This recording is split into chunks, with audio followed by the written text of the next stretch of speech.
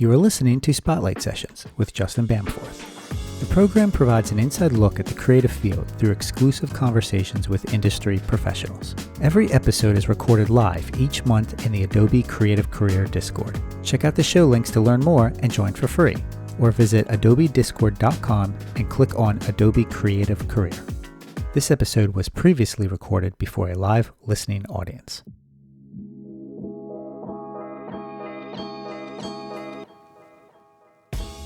Tim Schmidt is not only an incredible designer, but a guy I've been friends with since we both attended the same college back in, it doesn't really matter what year it does, right? 2004. He meant 2024. We just graduated. Anyways, since then, Tim has gone on to lead some incredible teams at some incredible companies. He was the senior UX designer at PayPal, the director of product experience design at MasterCard, and is now currently leading the entire design operations at MasterCard. He is based in New York City with his wife and two awesome kids, but he's originally from Baltimore. And he's a big fan of heavy metal, hockey, and video games, and can commonly be found under his secret identity, iHeartRendering, which we'll get into the origin of later. But without further ado, Tim Schmidt, the spotlight is now on you. Sweet. Hi. How's it going? Awkward intro. No, I'm super stoked to be here. And yeah, thanks for having me. This is quite the treat, but let's just jump right in from where we first met. You know, we graduated from college at the same time, but we had degrees in digital design, aka multimedia design, but that's not where you ultimately ended up. How did you go from that to UX? Yeah, great question. So yeah, way back in 2004 when we were graduating from college, you know, I originally started, and how do I let me take a step back, because I'm even going to go one step before even getting to college, which was really just kind of where my whole career started, which was like the summer before my senior year of high school. Prior to that, I had always had the idea that I'm just going to major in music. I'll do something related to music. I wasn't sure what, but I just figured that's what I do because it was one thing that I felt I was halfway decent at. And then I had like this epiphany moment the summer before my senior year of high school, where I like woke up one morning and was like, hey, people get paid to make movie posters. How do you do that? That's the job I want to do. And the high school that I went to, I was fortunate to where they had just started a graphic design program and were teaching Photoshop.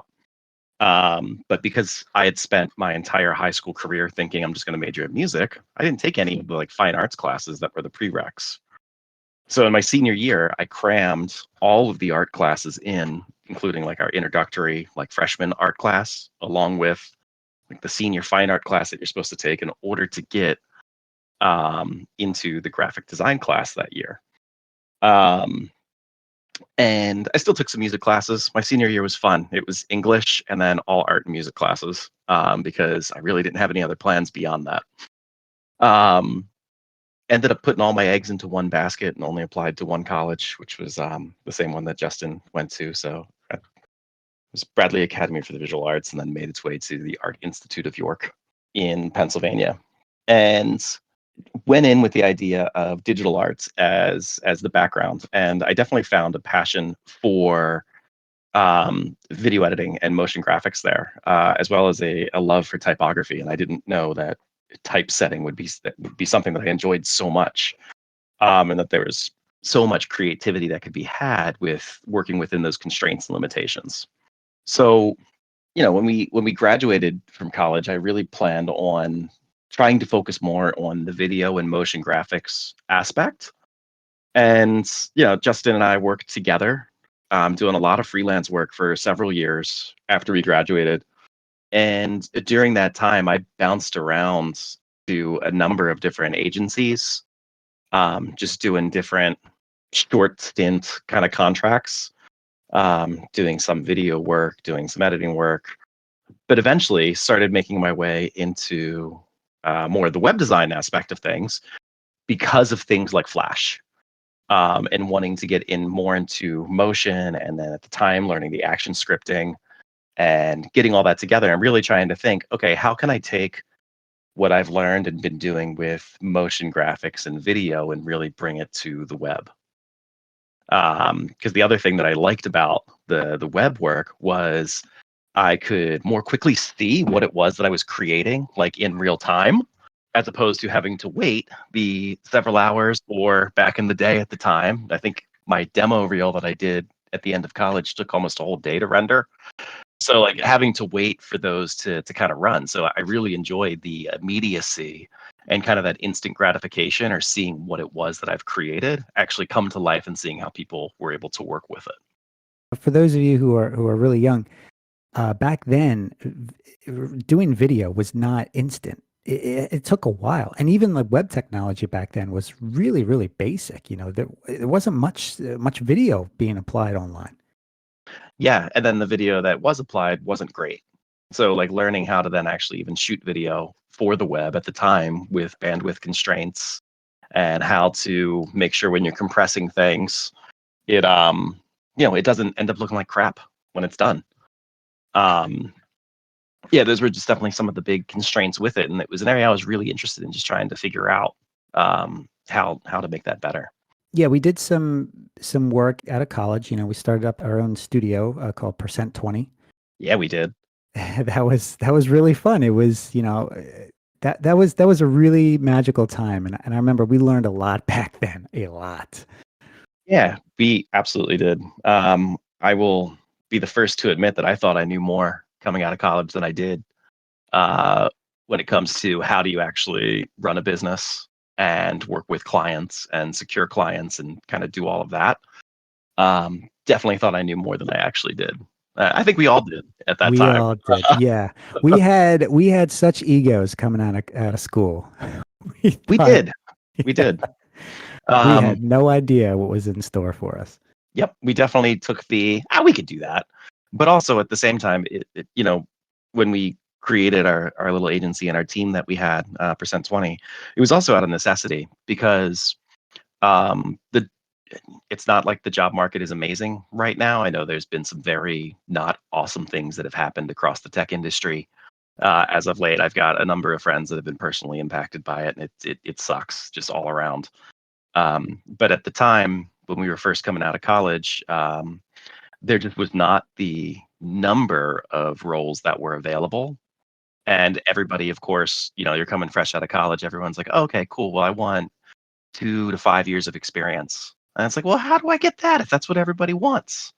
So one of the things that always kept me motivated when we were working together, like on our freelance work or doing anything under the Percent 20 label, was hey, this is something I can put on a resume. This is experience. I am gaining experience. It's something I can put out there and officially say that we've done. And I do think that that really helped in the long run of, one, learning a lot of tough lessons in terms of how not to do things and how not to handle business and how not to interact with clients.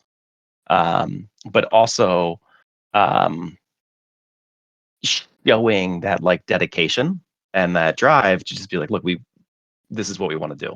And we're going to figure out how to make it happen because no one else has given us the shot. So we're going to create the opportunities to take the shot.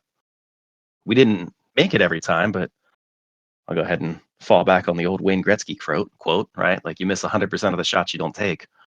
So we just we tried to create opportunities for ourselves to get to take those shots, even though we didn't always land them. Yeah, and sometimes in this field, it's just about, hanging in there. It may not be the right time right now, but in the meantime, you can kind of set yourself up for that success, and that's what we were doing. We couldn't get those jobs, those full-time jobs, so we thought, let's just start our own thing. Let's use the knowledge that we have. And we thought, we knew it all. It was a great learning experience. And those lessons that we learned along the way, we applied to the full-time jobs once we got them. And I remember your first full-time job, you landed at a company called Bill Me Later, right?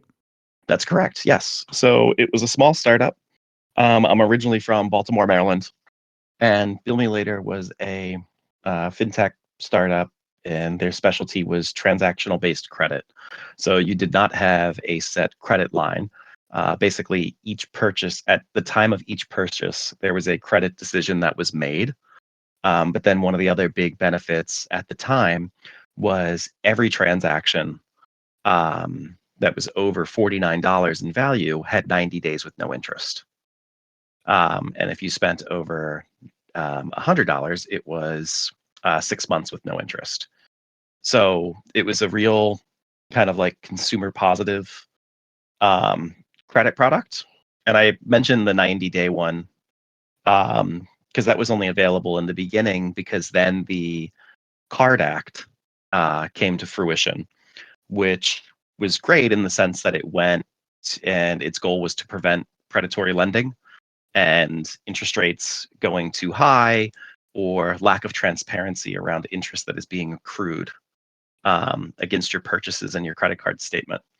But there was a minimum threshold for how long or what the shortest amount of time things could be when you're looking to accrue that interest, or be able to then kind of charge back on that interest. And because of the Card Act, Bill Me Later ended up having to drop that 90-day offering that it had because it was no longer within compliance. And we had to focus then solely on that 6-month offering that we had. And I joined originally as a UX designer. I remember my interview very clearly because I dropped what I thought was like the golden line of all lines in an interview, which was like, I've had a lot of jobs, but now I'm really looking for a career. Oh, that's a good one. Right? Like that still feels good to me. I've had a lot of jobs, but I'm looking for a career. Yep, ready for a career. Yeah, right. Thank you. Um, That worked, huh? I don't know if that specific line is what worked, but it definitely it got me in. But I do remember like the rest of the interview as well, because there was a Photoshop test that I had to take, where I had to mock something up and share it back, which I'll actually, if it's cool, that's the topic of like a test or an assessment through an interview process is something I'd love to touch on later. So I'm just going to put a virtual or a mental pin in that. But let me stop you there, because when you applied for that role and when you took on that role, the UX designer title didn't exist back then, right? It was just web design, right? It was just web designer. And then while I was there, we transitioned it into user experience. So the original idea, and when I joined, I focused a lot on some marketing materials. We had a site that was called Bill Me Later Shopping, which was a way to basically highlight all of the merchants that were accepting our credit platform as a way of payment.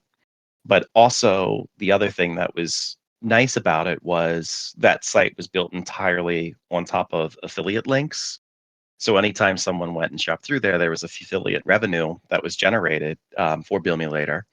And what we ended up doing with that affiliate revenue was splitting it in half and giving half back to the customer in the form of cash back, and then the other half was revenue for the company. And as we continued to build and kind of get to that point, that's where the idea of user, like at least for Bill Me Later at that time, where user experience really became a thing, was how do we take this and explain it to users in a way that makes sense and makes them want to continue to use it, and highlight, hey, with each one of these transactions, we're actually providing you cash back based on that, plus you get the 6 months without interest.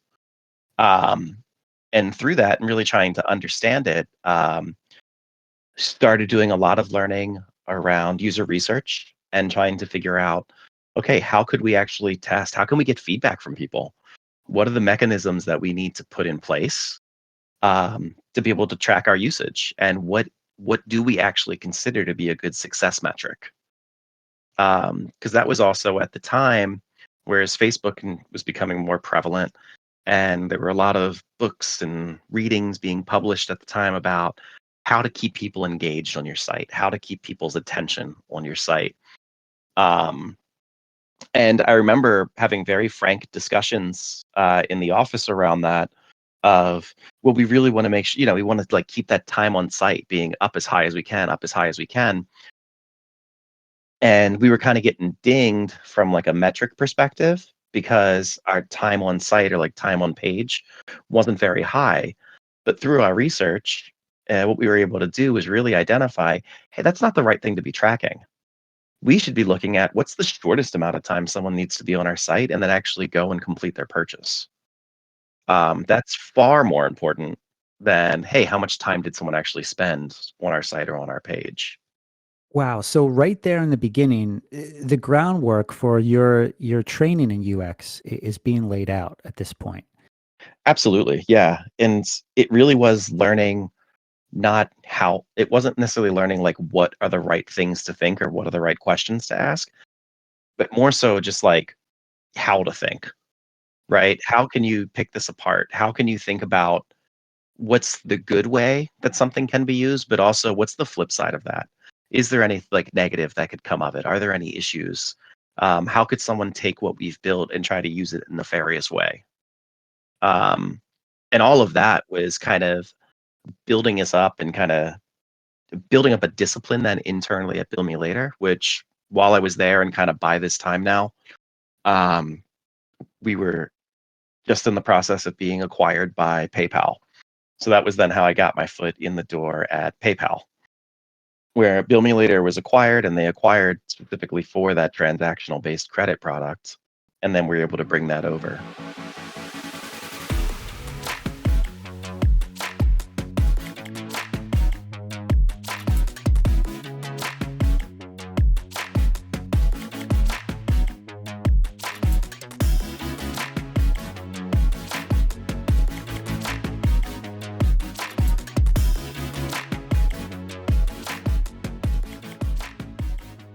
Usually what we see in the marketplace more often than not is a larger company comes in, they have their own team in place already. All those people lose their jobs.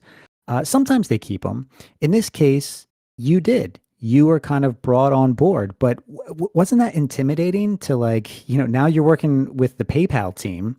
They have all this huge experience. You're essentially like, a newbie now. You've put in all that time. You're no longer a vet. What's that transition like? It was definitely terrifying. There was a good 2 weeks of, all right, so do we have jobs? Because we went from inside the entire company of Bill Me Later, there was myself, one other designer who was a peer of mine, and our manager. Um, and it was just the three of us. And we covered anything that had a visual or UI component to it, as well as any kind of testing.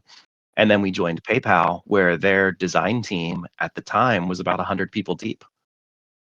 Um, and it really got us questioning, like, okay, what do they need us for? Um, and one of the things that really stood out, and like one of the things that helped me sleep at night, was I was fortunate to have some great leaders over the time of my career, especially early on, folks that understood. And I think a lot of my own management style kind of stems from what I learned from a couple leaders that I had very early on in my career of, how do you handle these situations? How do you help somebody kind of get their mind in the right spot so they can still focus and be productive, and deliver on what it is we need to deliver, but while also not ignoring, like, yeah, this is scary, right? There's something going on here that we don't have an answer for, and we don't know exactly how this is going to play out. So what do we do? But then also having somebody that is an advocate for you, and creating that relationship with somebody that's, either your manager or has a leadership type of role that is able to represent you in conversations that you don't even know are happening. Because as organizations get bigger, there's no shortage of discussions that are happening, and you can't be a part of all of them. It's impossible. Um, so those were some of the things that I was very fortunate with. But I also, had to force myself out of my comfort zone to try to build those relationships. Um, and there were some challenges, and then one of the other things that I was coached, or kind of, yeah, I'll call it coached through, was the importance of just becoming visible and making sure folks know kind of, hey, who you are and what it is that you do. And that was something that was not easy for me. At the time, my manager really pushed me for like any kind of presentation that we had to give, because in the beginning, there were a lot that we were doing to highlight, hey, here's what our product does. Here's what it does, and here's why PayPal acquired us. Um, he really pushed me to drive some of those conversations in those meetings. And I remember before some of those calls and those, like, just any of those meetings really, sitting there at my desk, being all sweaty, having my one leg bounce a million miles an hour because I was just so uncomfortable with the idea of talking about my work and sharing exactly what it is that we're doing, or worrying that I'm going to misrepresent something. Um, and that was 100% a muscle I had to develop over my career, um, to just get to a point of having that confidence in doing that. But that is one of the biggest things that I learned early on, was like, everybody's very busy. Everybody's got plenty of different things going on. Everyone's got things going on outside of work. Um, I think everyone has the best of intentions. That's always kind of the mindset I try and keep, especially when we're working with anybody. Um, but not everybody's got the time to dedicate or try to figure out, okay, what is it that you're doing? What is it that you're bringing? What's the value that you have? Or what's the skill set that you have that's not quite been tapped into yet? And one of the best ways to get people to know that is to really just be that advocate for yourself and using opportunities that present themselves to you, um, to kind of show that. And again, it's not easy, right? It takes time, and it took me years to really even understand, what are my skill sets, what are my strengths, what does set me apart from others that are in the company. I think the last position you had at PayPal was senior user experience designer. You had put in a lot of time. Looking at your LinkedIn here, it says 8 years, 7 months.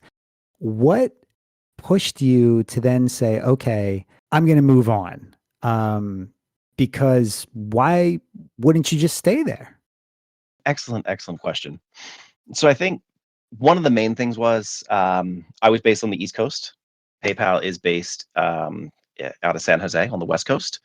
And one of the things that was becoming clear was I had hit a ceiling. I didn't necessarily have any more room for growth unless I were to relocate to the West Coast. And don't get me wrong, I loved San Jose. I got to visit a few times. Loved heading into San Francisco. It was great, and thoroughly enjoyed, all my time there. I even did stop by the Adobe offices a couple times, when I was out there, to get to see some stuff. Just saw the comment there from Elizabeth about Adobe. But it became clear, like, without relocating, I was kind of getting to the peak of where I was. And if I'm being very transparent, early on in my career and throughout, I was at PayPal for, in total, with the time for Bill Me Later, that was a good 10-year run. I had gotten to the point where, like I said early on, I had a lot of great leaders. I think that you can also learn things from leaders that you don't connect with, that you don't necessarily vibe with, if you will. Um, and I had a manager, um, who just like, through my time there, I was there for about 10 years in total. I had several managers, and the last one that I had was just one that we did not connect. We did not see eye to eye. Um, and I didn't feel like I had an advocate anymore for me. I felt like I didn't have anyone besides myself that was helping share the successes of what it is that we're doing. And then there were also some things that I considered fundamental that we didn't agree on. Um, and that really, in all honesty, that is the primary reason why I left. Did that track record at PayPal, was that what attracted MasterCard to hire you, or did you get the job at MasterCard because you knew someone, you networked to get that role? That is an awesome question. So I've always hated I'll be straight up, like, I've always hated the concept of networking. I never liked it. I was like, God, I don't want to go out and network. But what I didn't realize was, through my career at Bill Me Later and PayPal, and then even some freelance work prior to that, I was networking. I was making connections with folks, and I was putting myself out there and doing what I could to be just like the best team player that I could. And as I was starting to look for new roles, coming out of PayPal, I came. I was contacted by someone from MasterCard who used to head up the design team at PayPal. She had led the entire design organization, and she knew who I was thanks to a different manager. And she had reached out and said, "Hey, saw that you're looking. Would you be interested in talking about a position?" And then um, I agreed to go ahead and have a conversation. At that time, I learned a couple other folks that I had used to work with at PayPal from on the design team also made their way over to MasterCard. So that gave me some motivation to say, all right, yeah, I can make this change too. I could do that.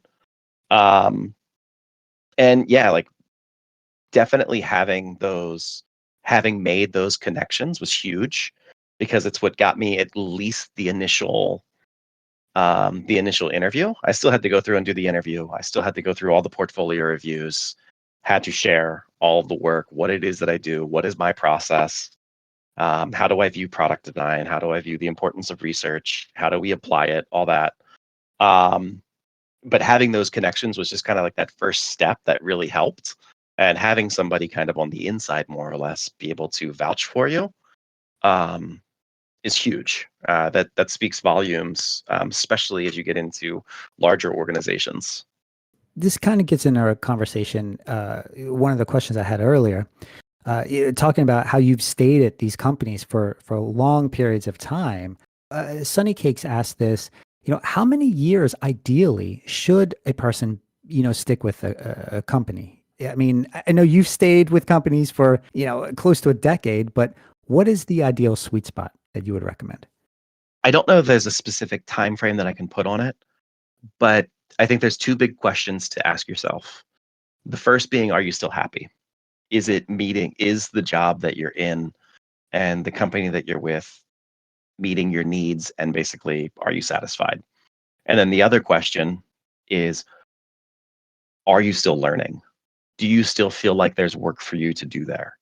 Um, I think those are the two main things. So even though I was at PayPal for almost 10 years, I did continue to learn in different areas because I went from being an individual contributor to then leading the charity and donation team within PayPal, to then helping start a new product for small business loans, to then eventually rounding my career out at PayPal with going back to what was Bill Me Later originally, was rebranded as PayPal Credit, and working on that. So like I kept feeling like I still had these opportunities and I still had room to grow. But when I got to that point where I felt like I had hit that ceiling, I'm like, okay, I'm out. Um, Another thing for myself or another thing that I think of is within MasterCard, when we hire somebody new, we don't really consider them like we consider them fully part of the team on day one. You are just boom, you're there. Awesome. And I think that's a culture that we've really developed over the last several years. But the expectations of, hey, all right, you are now fully embedded in this team.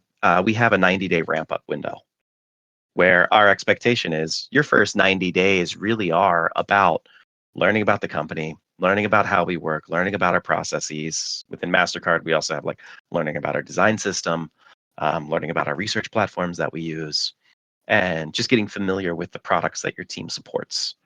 Um, so there's that 90-day ramp up window. So I kind of apply when I'm looking at somebody's resume or something, and I kind of apply that 90-day model to it. And if somebody's been at a place for a year, I think of that as okay, that's roughly about 9 months of actual experience. But that experience that you've got could vary wildly depending on if you're a person specifically, if you're the sole designer on a team versus are you on a much more mature team, right? And you're kind of like a cog in the machine that's helping just continually push things. Speaking of the hiring process, because you yourself are involved in the hiring process, what are like some of the key qualities or skills you look for, like especially when hiring UX designers? So, I mean, the number one thing that I'm looking for when I'm hiring for my team is, I would say, authenticity, right? Because I think in order for any design team to be successful, we have to have a diverse group. We have to have folks that don't all think the same way or have the same kind of style in mind all the time. because that's what's going to challenge us and push us and really force us to not necessarily defend what it is that we create, but have really strong rationale for each decision that we make. So that authenticity of just like, you know, you're you recognize what it is that you bring, but you also recognize you don't have to know everything, right? Like, and that's okay. Understanding just being yourself, being honest, and then also being direct is huge.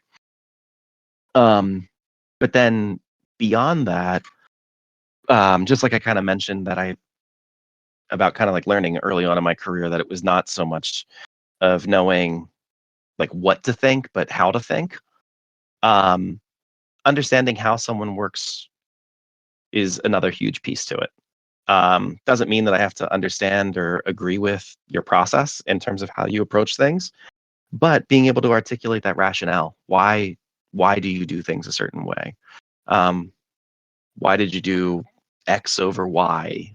If we're talking about like looking at a portfolio, um, that's a really important thing is being able to really get into really what getting into that why of everything. So really describing the work, not necessarily showing the work, but describing the thought process, the rationale, the mindset. 100%, because each piece of work, especially like when I think of design, and this is a model that I keep in my head all the time. Like when I'm thinking of design, um, it has to live within a world of constraints.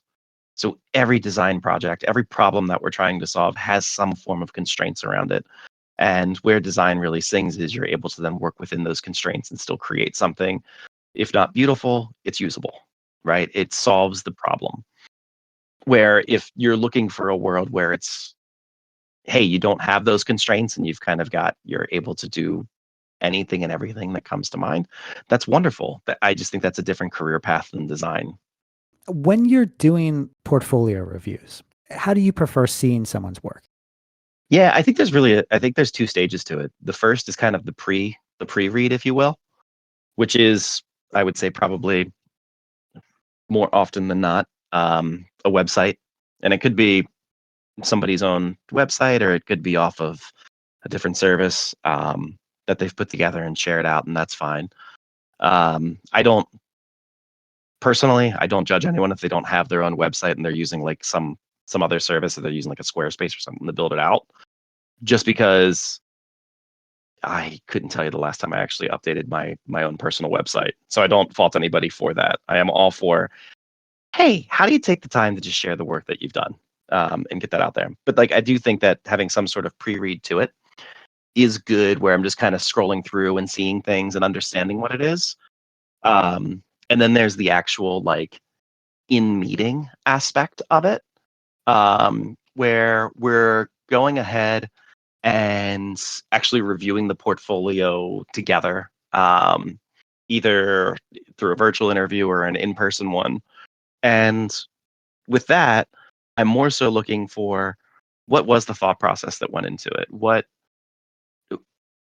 was the work that you had to do to get there? And then even what were some of the ideas that you had that didn't pan out or didn't resonate, or didn't actually solve the problem that you were going for?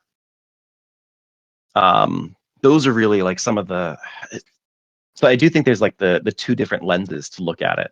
That initial one, really looking for the, okay, does it look like this person understands design at least at some level? And then the second is, okay, but how do they work?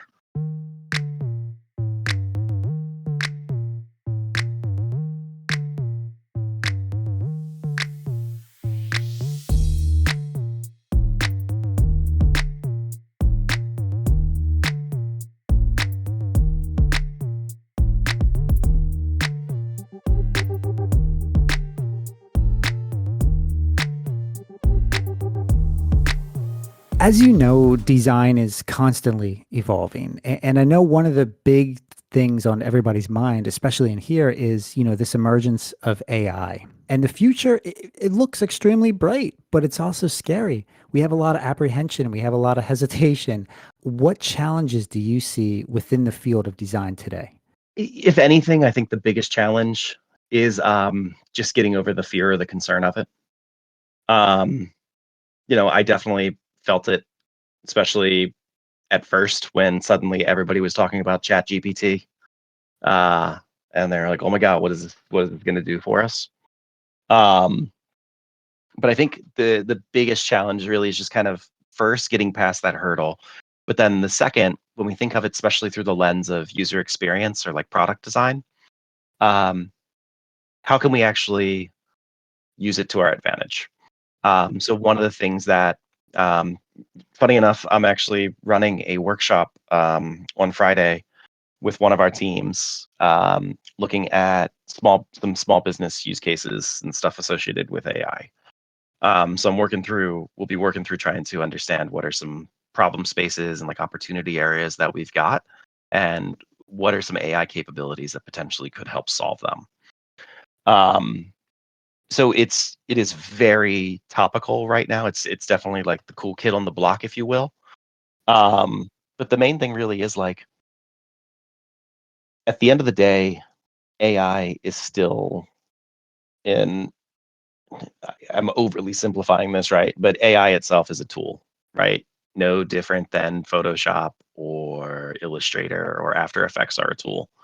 And it really is then how do you use it to the best of its abilities? How do you use it to um, get the outcomes that you're looking for? And one of the first things I really, really think of with it is like the idea of how do you appropriately engineer or like write a prompt that'll actually get it to react in the way that you want. So kind of like thinking of that like prompt design or thinking of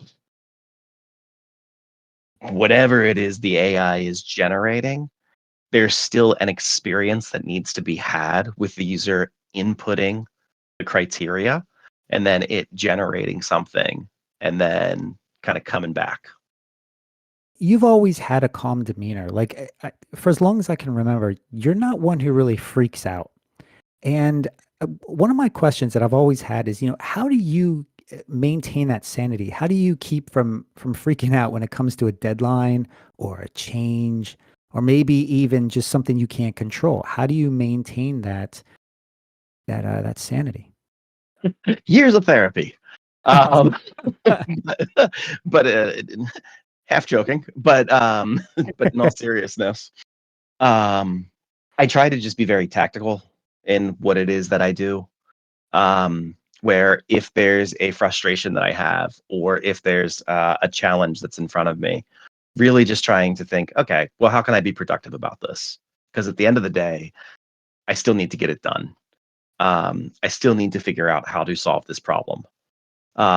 So me spending the time um, kind of freaking out about it doesn't serve me well. And again, that's a muscle and like something I had to build over years of experience of like, okay, that day I spent worrying about it, I probably could have just, put down and tried something. But the other big thing with it, and this is something I tell everyone that's on my team and anyone new that I work with,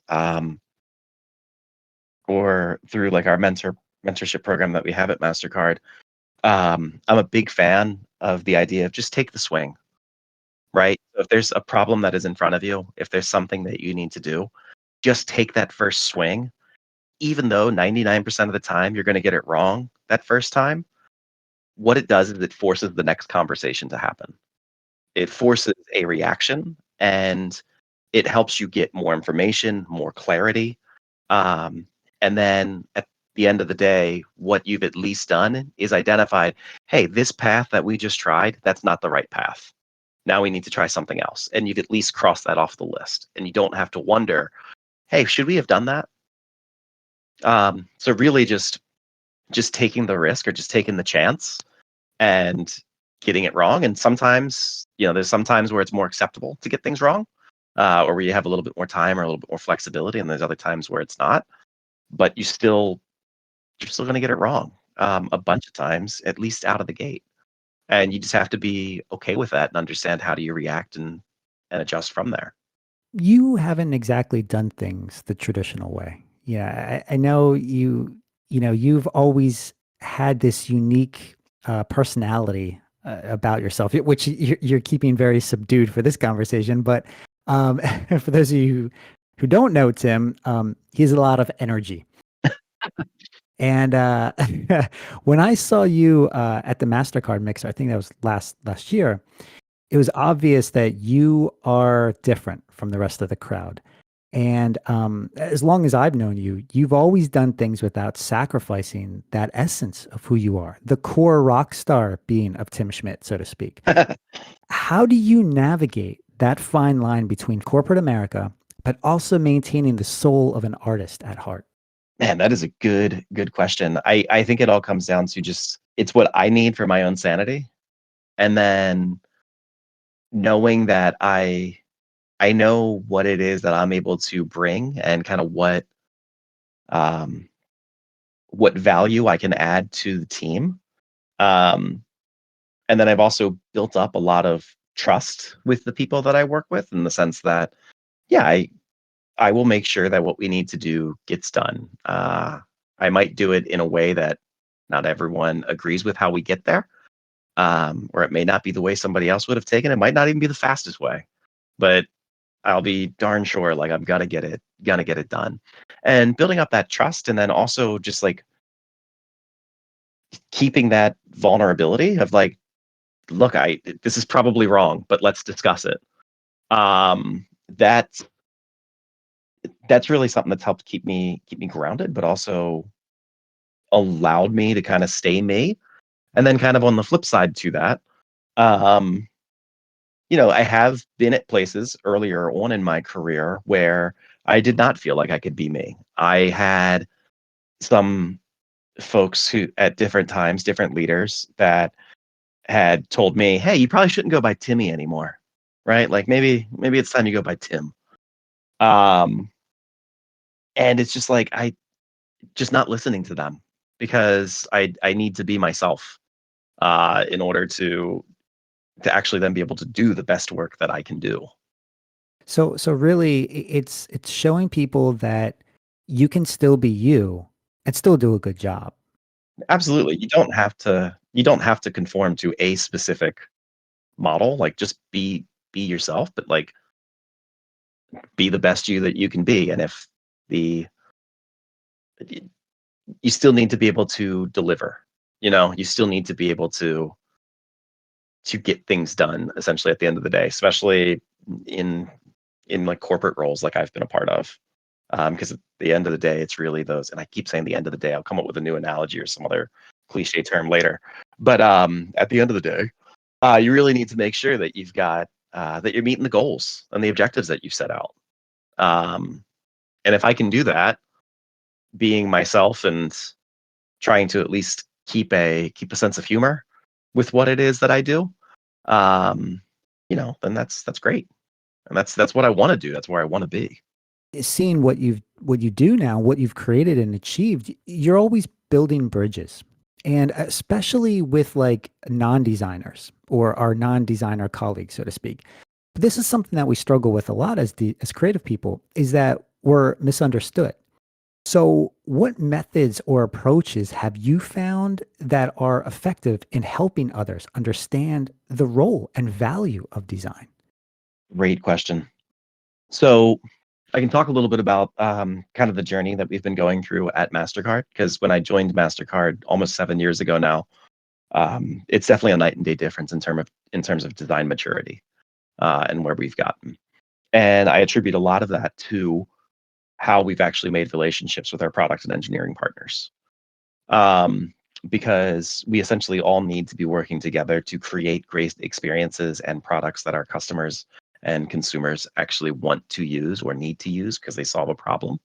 And for whatever reason, throughout the entirety of my career, I have always viewed design as the bridge or the glue that's able to bring these teams together. And a part of it, I think, is because we have the box of crayons. We are more well set up than most teams or other roles or disciplines within an organization to actually help visualize an idea. And being able to visualize that idea is super powerful.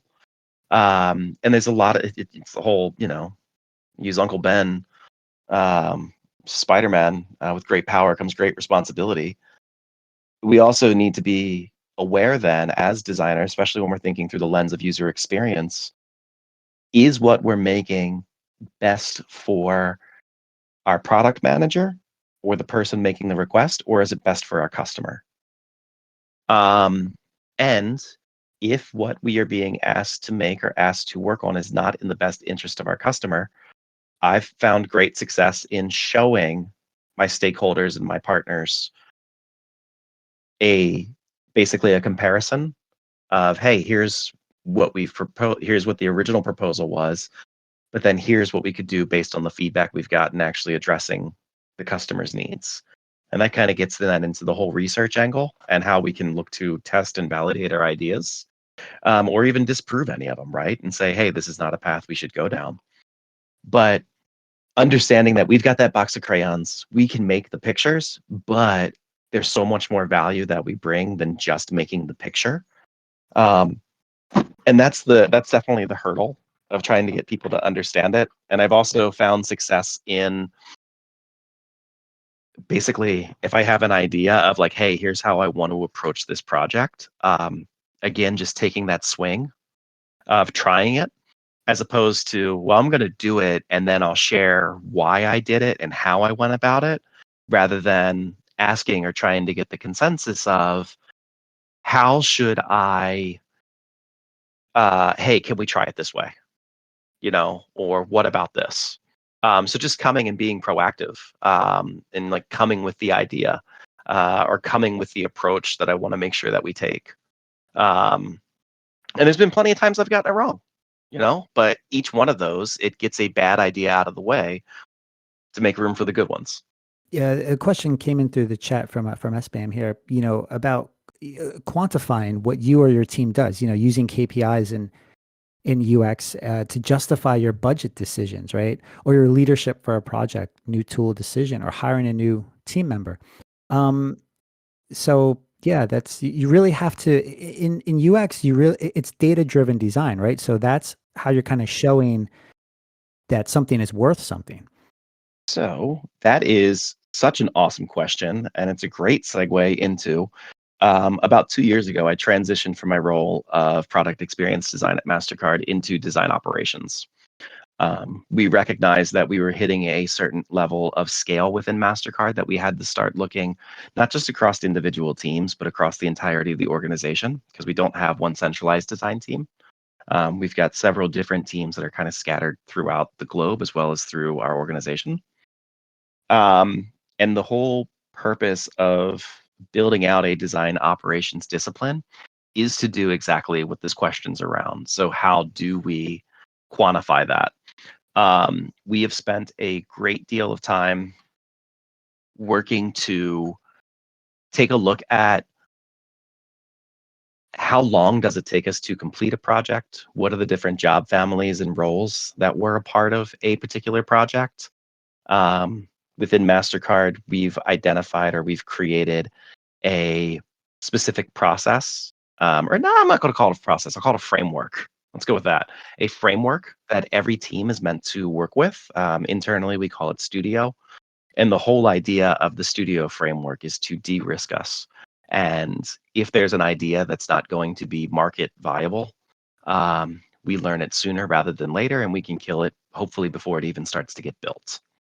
So that ability to de-risk and show, hey, we've launched products and we've put things in market that did not perform. We spent years of engineering effort, years of resources building something that it turns out didn't actually solve any problems. Now we're set up in a way where the first thing we have to do is de-risk it. We have to understand, does MasterCard as a company have the right to play in whatever the space is that we're looking to get involved with, right? Like, is this something we should do? But then also making sure we're going wide early on with the number of concepts that we're testing, because you can solve the same problem in dozens of different ways. some are going to work better than others. So how do we more quickly get to the ones that work better by getting those other ones out of the way? Doing a lot of research, testing directly with customers and consumers, and understanding, what exactly are their pain points, or trying to figure out what are their unmet needs, and then from there, looking at those opportunities. So with all of this, some of the KPIs, or let me say it differently, the KPIs that we look at are defined on a project by project basis. I personally have a KPI this year to better help the entirety of our design organization at MasterCard get better at defining KPIs. And we also look at these KPIs per kind of stage in that studio framework that I mentioned, because at each one of those stages that we're going through, we're really meant to be evaluating with a different lens. So by having that information, tracking, hey, what did we actually kill because it wasn't viable, it wasn't something that we should be doing? And then also, what did we go and test and show, hey, we believe that this approach will have a higher degree of success than if we do something else. And all of that's done through research. And then the other big part of it is actually tracking the work that we're doing. I will say that I'm probably in the minority of being a designer that likes a good process, because I think success can be repeated if you're adhering to a process. Because if there's something that's worked, we can do it again and get there.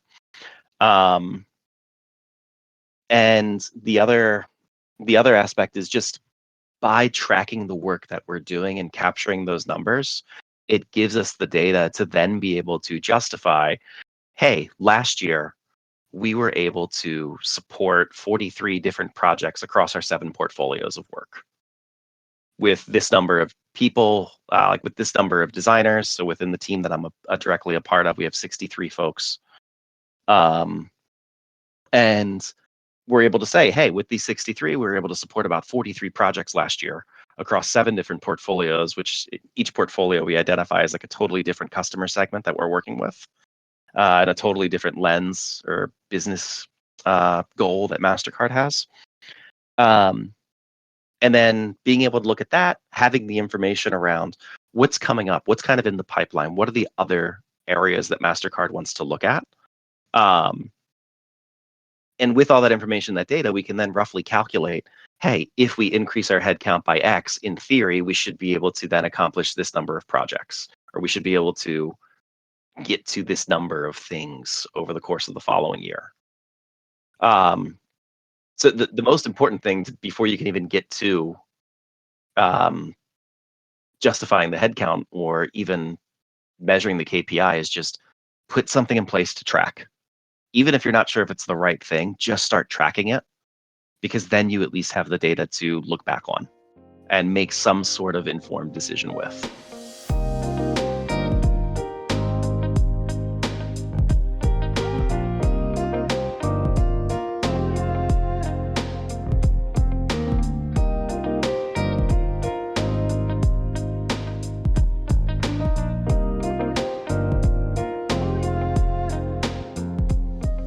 This was something you put a virtual bookmark in earlier in the conversation, which I want to circle back to, and that's job tests. What are your thoughts on those? Yes. So this is a hot topic right now inside of MasterCard. So as I mentioned, we don't have a centralized design team. We have several larger teams that are kind of spread out across the organization. We're also, because of the scale that we've gotten to and how we've been able to elevate design to where it's viewed as more of a necessary partner within the organization, we've got other teams that are starting to hire their first designers within the org. So we've created what we're calling, basically created a new program to help with hiring, where we've got some criteria to help these teams that have never hired a designer before, like, know what to look out for. But we've also then created a pool of practitioners within MasterCard that have made themselves available for interviews to help with that. So the point that I'm getting at here is we've completely overhauled what the interview and hiring process is at MasterCard over the last 2 years. And one of the big topics of conversation that came up were around tests, because there were some teams that were asking teams to do, or asking individuals that were coming in to do these design tests. My kind of hot take on it is, if someone is newer to the workforce, fresh out of college, or you're still working through kind of building up your own portfolio, I do think some sort of assessment is fair, as long as it's not related to a real product, right? It needs to be something conceptual, because one of the things that I am and this is my own 2 cents on it, and then it's also selfishly because of my role at MasterCard, it's also why we don't do it this way. We say it has to be something conceptual, not something that's a real product, is because I don't believe that anyone should be doing work that actually then could potentially get taken into consideration, unless they're actually part of the team. And then I also think that there's a line that can be drawn where, after you've got a few years of experience under your belt, there's really no need for that kind of assessment. Your portfolio and your body of work should speak for itself. Having someone doing an assessment at that level after someone's got several years of experience, in my eyes, is an indicator that the hiring team is not at a level of maturity that understands what it is that design does. And depending on the role and what it is that you're really looking to do with whatever this organization is, if you're looking to come in and you've been tasked with, hey, how do we build out a design discipline? That's one thing. Then sure, that immaturity is totally fine. If you're being hired and brought on as part of the team, and they're throwing all kinds of, I don't know, cool sounding buzzwords at you, and they're asking you to do that, but you also have a pretty solid portfolio or catalog of work that you can reference, that's something that I would question, where it's like, okay, do they really want like an actual design partner or a user experience partner, or do they just want somebody to make their pictures? That's great perspective right there. And we can only hope that more people in the industry adopt that mindset, because you're right. Once you've achieved a certain level of experience, it does become rather insulting, right? Yeah, I mean, there definitely is a level of insulting to it, but then it's also, in my eyes, it's kind of just like a red flag again around that maturity level of what exactly are they looking for, and what is it they need, and do they understand what they're actually asking for, and what it is that they're posting in their hiring or on their job boards. This question came in through a DM here from SBAM. He says he'd like to ask how he can get his interest rates down. That actually, believe it or not, that is up to the issuing bank to make that decision. There you go, SBAM. So you would need to have a conversation with who your issuing bank is of your MasterCard, but also props for using the MasterCard. Much appreciated, as MasterCard is the payment network and the rails that enable it, but we do not set those rates. And that was also my assessment test for you, to make sure you are who you say you are, Tim. So you Oh, passed. thanks, man. I appreciate that. Congratulations, you hired. Come on board to MasterCard. Your music style, your sense of musical ability, because you also play as well. How does that influence your creative process? Awesome question. So yeah, I love my music. I get distracted very easily, so unless I'm on a call for work, I typically have something blasting in my ears. And then just while we're talking about it, shout out of a cannon. If I had to name like top 3 like favorite bands, I'd go like Metallica, Bad Religion, and then maybe Valiant Thor would be number 3. Probably a toss up between Valiant Thor and Darkest Hour. I'm not sure, but yeah. So in terms of like how it influences me, it's what I enjoy. I like listening to it. I feel like it helps me focus. I also find that, I don't know, the louder and angrier it is, the more it suppresses my own internal monologue where I'm second guessing myself. So that helps. But then also, like, I grew up absolutely just loving album artwork. Um, some of it being so over the top and kind of what's there. And I also think that my love for the music and the passion that I have for it, I wear on my sleeve. Um, and Literal it's tattoo just sleeves. yeah, yeah. Got a couple of those. Uh, Couple thousand. yeah. I think I'm up to 63 if you were to go through. Anyways, maybe more.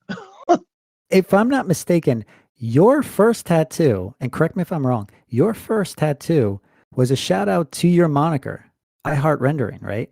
Oh, close. That was not my first one. That's a good one. I don't remember what number it was, but it was an early one. It was an early one, Uh, yeah. for sure. And that was spawned or born out of a stupid joke where I thought I was hilarious when we were in college waiting for our demo reels to render out of After Effects, where I put a temporary tattoo on me and just said, that's literally just said like I heart rendering. And then uh yeah, around a little bit before graduation, I went and actually got that then tattooed on my leg. Um so yeah, and that's kind of what's stuck as my handle for just about anything and everything. Um for better or for worse. That's the um secret origin story right there. yeah. um but yeah, like in terms of like how the music like influences my process or anything, it really is just it's just something I enjoy. I don't know how else to describe it besides that. It just kind of gets me pumped. It gets me in my right headspace, and I'm able to kind of go through with what it is I need to do. Reflecting back on your career journey, what was that one piece of information that you wish you knew at the very start? Um, be okay being wrong or not getting it right. Um, that was that's probably one of the biggest things um, because there's so much that we do where, especially when it comes to design and we think about user experience, so much of it's opinionated. Um, and it's okay to have an opinion about it. But what you have to allow yourself the space for is recognizing when you do get it wrong and why it was wrong. And a lot of times we're able to do that with through testing, right? Understand that you're not necessarily the person that you're designing or creating something for. You might be, maybe, right? Depending on what the product is you're building.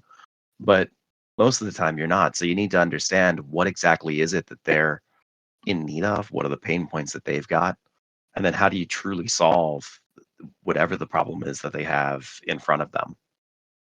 Um, and recognizing as well, like, one, it's okay to get it wrong as long as you learn from it. But then on the flip side of that is that whole being wrong may not come in the form of what the solution is. What it was that you got wrong may have been in the question you were asking in the beginning. Maybe you were looking at the problem from the wrong angle. Um, there's to give kind of a real world example. Um, there's a thing that we're going through right now, a project that I'm working on. I can't go into all the details on it, but if I had to describe it in one way, like we were focusing on it from kind of like a top down approach, um, which would have been one solution for it. But what we ultimately needed to do was look at it from the bottom up. I know I'm speaking in very abstract terms, but yeah, I can't go into too much more detail on that.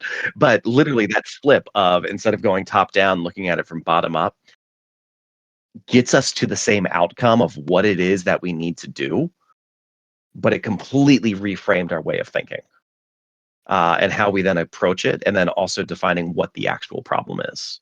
But again, it still gets us to the same outcome that we have to get to.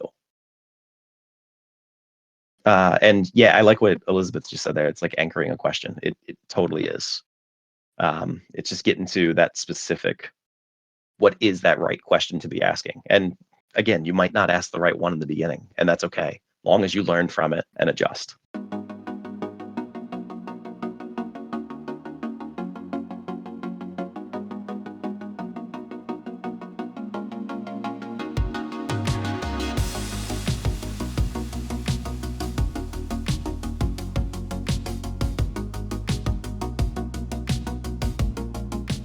For those people in the audience who are listening right now who may not be well versed in UX or may not be interested in UX, What are some of those lessons that you can take from UX and apply to traditional design? When I think of design, at the end of the day, it's all problem solving. There's a goal that we're trying to get to, and there's a problem that needs to be solved. So right now in my role that I've transitioned into about 2 years ago into design operations, I'm not doing as much necessarily what I would call like traditional UI or UX work. I'm more so doing a lot of process design or like service blueprints, and really looking at things as an ecosystem and how do all the different systems and pieces connect. But that whole idea of at the end of the day, we're still trying to solve a problem, and whatever solution it is that we're putting out there, someone still needs to experience it. It could be in the form of a visual that they take in. It could be a particular touch point in an interaction, right? Um, there's any number of things that there can be, but everything that we create has to be experienced or consumed in some way, shape, or form. So I think a lot of those kind of ideas that are at the core of user experience resonate through across all of design, because those philosophies are at the core of design, not just necessarily at the core of user experience.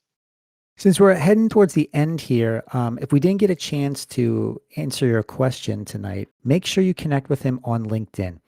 He's a very, very busy man, but I know he'll take the time to respond to your questions if you have them.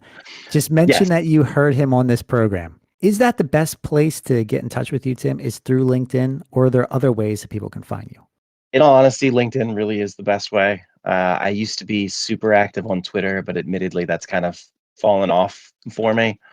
And then my Instagram is nothing but a bunch of pictures of my kids and hockey related things. So if you're actually looking to get get any information or connect on anything of material, LinkedIn is definitely the best way. You mentioned earlier, you weren't really a big fan of networking. And for those who may be listening and sympathizing with that sentiment, what tips do you have for building and maintaining professional connections? Just reaching out, really, just asking folks for either their opinion on things, or just even just a quick introduction to say hi to someone is huge. Um, but the biggest thing to me really is, like with the number of connections that I've been able to make over the course of my career, um, I've always try to be myself and be as genuine or authentic as I can be. And a part of that really is just I want to get to know the people that I work with. So just asking them some genuine questions. Uh, some of it seems cheesy in terms of like, hey, how was your weekend?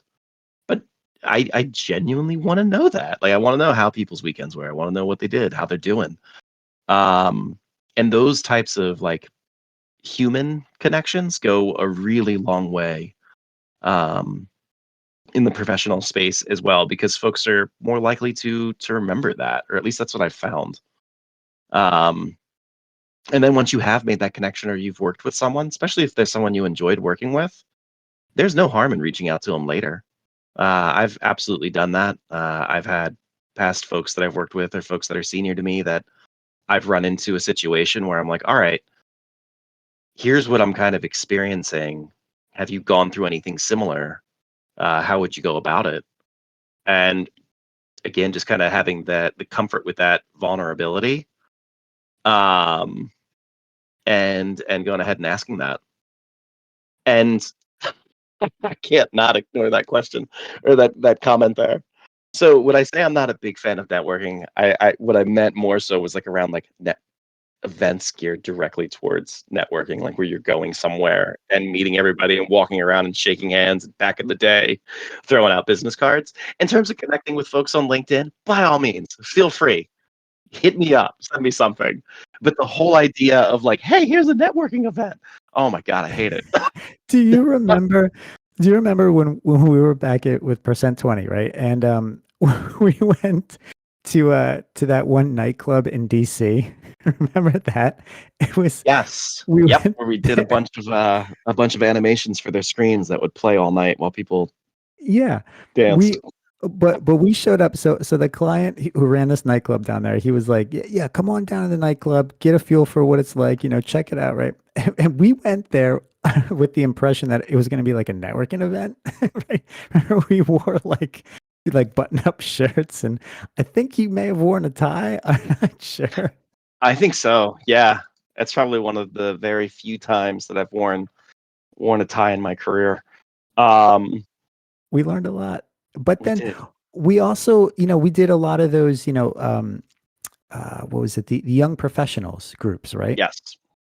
Or that. And there is something to be said about some of those networking events. Yeah, it's not for everyone, but I think what you mentioned earlier about just kind of working on establishing that human connection, right? Instead of going up to somebody, throwing them your business card and striking up a really formal conversation, just getting to know someone as a human being is probably the best way to approach it, right? Yeah, absolutely.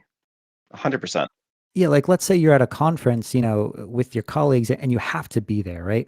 And you don't want to be there, but you have to, just focus on just having just some meaningful conversations with people. That's it. That's all networking is. It's not like a huge, magic trick that people pull out, but it gets easier with practice, right? I mean, because I've watched you work, Tim, and you're just a natural working the room and you don't even know it, but that's come from practice.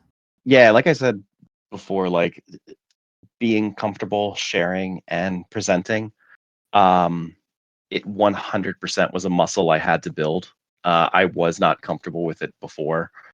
Um, One of the things I get to do in my current role, heading up our design operations, is I co-lead what we call our customer experience and design guild, which is kind of our organization and reporting line agnostic way of bringing all designers together within the company for the purposes of, look, we should all look to use a similar process. We should all make sure we're pulling from the same design system. So we've got the consistency across the entirety of the organization, even though we're not all part of the same team.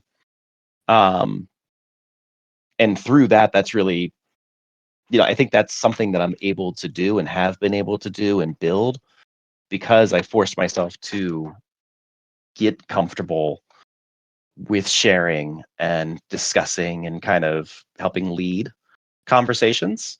Um, and I actually do another big thing that I focused on in my career because it was something I viewed as very important for designers. And Justin, you really hit the nail on the head about like, especially like with UX design and designers in general being kind of like the bridge that connects folks. One of the other things that I've really focused on in my career is getting stronger with just general facilitation. So, how to run workshops, how to bring people together, not even having all the questions or having the answer to all the questions at the start of it, but knowing how to guide a team to get to the answer and being able to adjust and kind of go along with it on the fly. Um, and understanding that. So again, very much a muscle that had to be that I had to build up over the years. What about new designers who may be listening to this broadcast and they're on track to become like a traditional graphic designer or video editor or something else not related to UX. Then they hear, oh, UX designers make a lot of money. It's a buzzword. It's a growing trend. And they want to pursue UX design, not quite sure what it means. What's your advice for them? There's definitely a lot of great resources that are out there that can give you some background. The Nielsen Norman Group is one that I highly recommend. They've been around for a long time and for good reason. They put on some really great talks and shares over the course of the year, and they have a ton of wonderful resources available off of their site. And then I would also say checking out something like Rosenfeld Media puts on a couple different conferences throughout the course of the year. They've got one coming up on, I think it's called Advancing User Research. And then they also have selfishly, they have a design operations one that happens later on in the year, which I'm working on a talk for, so fingers crossed that gets picked. But there are those different resources and types of things that are available. But the other kind of the biggest thing I would say for somebody that's would be in more of a graphic design role looking to transition into like a user experience role is focus on the problem solving, because you still, in any graphic design project that you're doing or thing that you're creating, there is still a problem that you're solving. There is still an outcome or an objective you're trying to get to. Focus on that, the process of how you get there, the way that you thought about it, figuring out what were the questions to ask and what it was that would resonate with the end audience. All of that translates 100%. It's just now you're looking at something, instead of it being a specific moment, you think of things in terms of the entirety of a journey, right? And how did the different pieces then connect from A to B to C to D across the entirety of that journey? Maybe going to some of those resources you suggested, some of those sites, learning about it to see if it's something that resonates, because the last thing you want to do, right, is take on a role that doesn't get you excited. Sure. Yeah, absolutely. Yeah, because if you're not enjoying the role, if you're not pumped up about it, then there are some things where you just kind of have to accept it, and that's part of life. But at the end of the day, you should really enjoy what it is that you're doing. And following that instead of just following something that seems to be hot at the moment, but really following what you truly want to do in life, because life is too short, you know? Absolutely. Thank you again, Tim, for taking the time to join us to discuss everything. Be sure to connect with Tim on LinkedIn. Ask some of those questions that maybe you're too shy to ask here. If you enjoy this program, catch all the latest updates for the next Spotlight sessions and all of the great content here in the Adobe Creative Career Discord by following the upcoming events at the top of the server so you can see what's coming next. Thank you to everyone out there who tuned in to listen to me, your host, Justin Bamforth, aka JBam. You can always find me on Discord, LinkedIn, or on my website at justinbamforth.com. But until next time, everyone, take care. Thanks, everybody. For more conversations with creative professionals, subscribe to the Spotlight Sessions podcast or check out the Adobe Creative Career Discord. Links are posted in the show notes, or visit adobediscord.com and click on Adobe Creative Career.